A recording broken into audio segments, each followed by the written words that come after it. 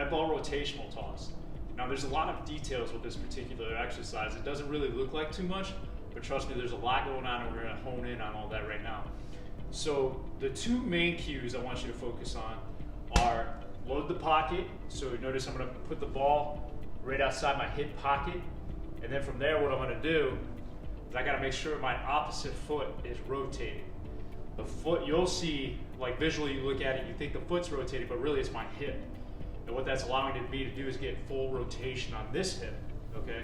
If I keep that foot planted and I go here, what I'm gonna end up doing is I'm gonna end up locking in my hips, and I'm gonna end up using my low back to rotate, which may not be a big deal for like a few reps, but if you're doing this exercise over time and doing the progressions on top of that over time, that can add a lot of unnecessary stress to your low back, and you might have things pop up, or you're having some low back pain. We want to avoid that. We want to keep you trained.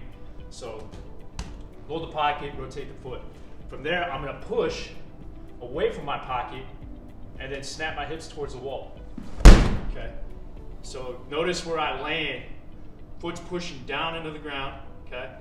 My hip pocket is squared up with the wall, and I've shifted the foot, the front foot. I've planted that and stopped my momentum carrying me forward, okay? So again, I'm gonna load the pocket, foot's rotate. I'm gonna go ahead, I'm gonna push and then rotate towards the wall.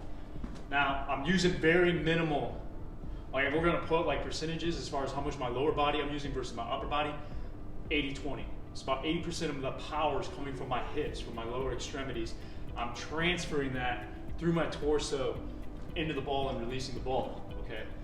Use too much upper body, it's very common for people to start feeling their neck and their shoulders when they do this exercise. So be very careful with that. The other thing too, they'll start swinging with arms way up here.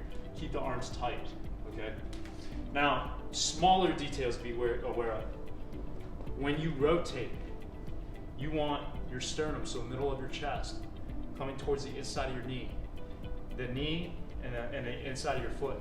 So that's where the pressure is right on the inside of your foot. It's gonna shift a little bit as you complete your rotation of loading into the pocket, but when you go push back off, it should be shifting back to the inside of the foot as you push off and rotate, okay?